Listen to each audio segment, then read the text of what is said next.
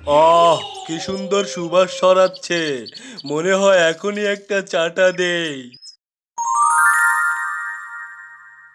বন্ধুরা, ডাকুবাগের সেনা যখন ডাকু শিয়ালের ছুতকি সেনাকে হত্যা করলো, তখন সেখানে থাকা খরগোশ দৌড়ে গিয়ে ডাকু শিয়ালের আরেক সেনার কাছে সবকিছু বলে দিল।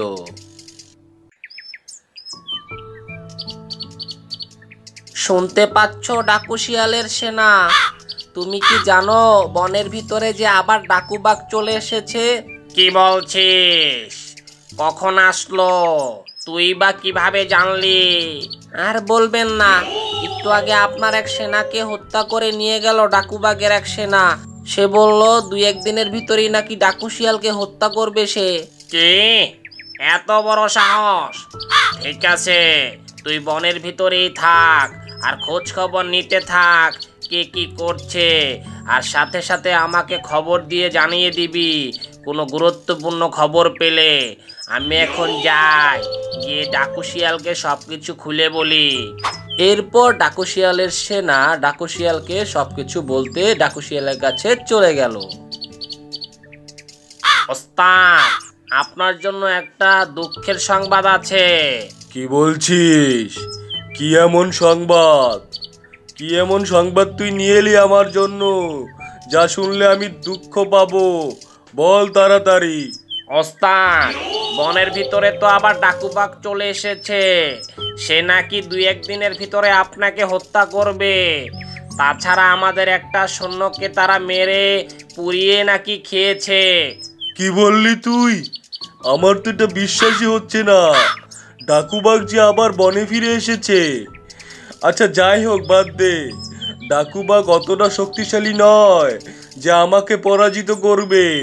ওস্তাদ, বিষয়টা হালকা করে নিলে হবে না। ডাকুবাগকে কিন্তু বনের সবাই ভালোবাসে, এটা কিন্তু মাথায় রাখতে হবে। আরে বোকা, ভালো লাগা ভালো থাকা সব আমার বন্দুকের নলের মধ্যে। যে আমাকে পছন্দ করবে না তাকে আমি বন্দুকের নল দ্বারা শেষ করে দেব। তুই ওটা নিয়ে চিন্তা করিস না। এখন বনের ভিতরে খোঁজ খবর রাখ, ডাকুবাগ কি করছে, কোথায় যাচ্ছে, কি খাচ্ছে। যা, আমাকে বিরক্ত করিস না। আমি এখন একটু বিশ্রাম নিব। ঠিক আছে ওস্তাদ, আমি যাচ্ছি, তবে বিষয়টা নিয়ে আরো গভীরভাবে চিন্তা করবেন। এরপর ডাকু শিয়ালের সেনা ডাকু শিয়ালের কাছ থেকে বনের ভিতর চলে গেল তথ্য সংগ্রহ করতে। অন্যদিকে ডাকুবাগের সেনা ডাকু শিয়ালের বোনকে তার খালার বাসা থেকে তুলে নিয়ে আসলো, আর যা দেখে ডাকুবাগ খুবই খুশি হলো। তুই আমাকে কি উপহার দিলি রে সেনা? মেঘনা চাইতি বৃষ্টি, এত সুন্দর একটা রসগোল্লা কোত্থেকে আনলি রে? ওস্তাদ, আপনি যখন বনে ফিরে এসেছেন তখন আমার শক্তি আরো 10 গুণ বেড়ে গেছে। তাই আমি আর এই সুযোগগুলো হাতছাড়া করতে চাইনি। আমি গতকাল রাতে যখন ডাকু শিয়ালের খালার বাসার পাশ দিয়ে যাচ্ছিলাম, তখন তার বোনকে দেখতে পেয়েছি। তাই তাকে তুলে নিয়ে আসি আপনাকে উপহার দেওয়ার জন্য। ভালোই করেছিস। এরকম উপহার মাঝে মাঝে আমাকে এনে দিবি, তবেই আমার বোনের মৃত্যুর প্রতিশোধ আমি নিতে পারবো। যাই, রসগোল্লার কাছে একটু যাই, দেখি মজা করা যায় কিনা। কি গো রসগোল্লা, কি খবর তোমার? আমাকে আপনি ছুবেন না, আমি ডাকু শিয়ালের বোন। আমাকে যদি কেউ একটু টাচও করে, ডাকু শিয়াল যদি সেটা জানতে পারে, তাহলে তার সমস্ত গোষ্ঠীকে নির্বংশ করে দিবে। হা হা হা হা হা। এত সহজ না। অল্প কিছু দিনের ভিতরেই আমি ডাকু শিয়ালকেই শেষ করে দিব। কি বলছেন আপনি? আপনি কি জানেন না তার শক্তি সম্পর্কে? আরে রাখো তো, ওইটা পরে জানবো। আগে বলো, এত সুন্দর সুবাস আসছে কোথা থেকে? কোথা থেকে আবার আসবে?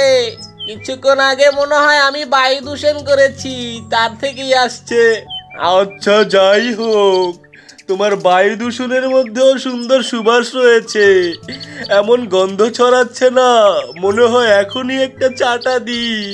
ইহ, আপনি চাটা দিবেন মানে কি? আপনার কি একটু ঘিন পিত্তে নাই? আরে ঘিন পিত্তে দিয়ে কি হবে ছাতা, তোমাকে একটু কাছে পেলেই তো ঘিন পিত্তে চলে যাবে। সেনা, এখন কি করব?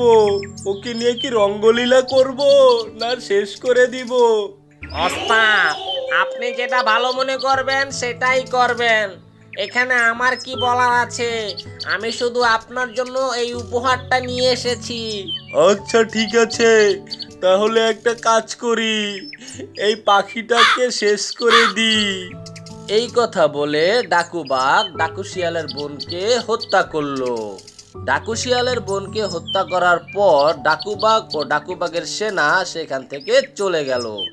বন্ধুরা, আমাদের ভিডিওটা ভালো লেগে থাকলে অবশ্যই লাইক কমেন্ট শেয়ার করতে ভুলবেন না।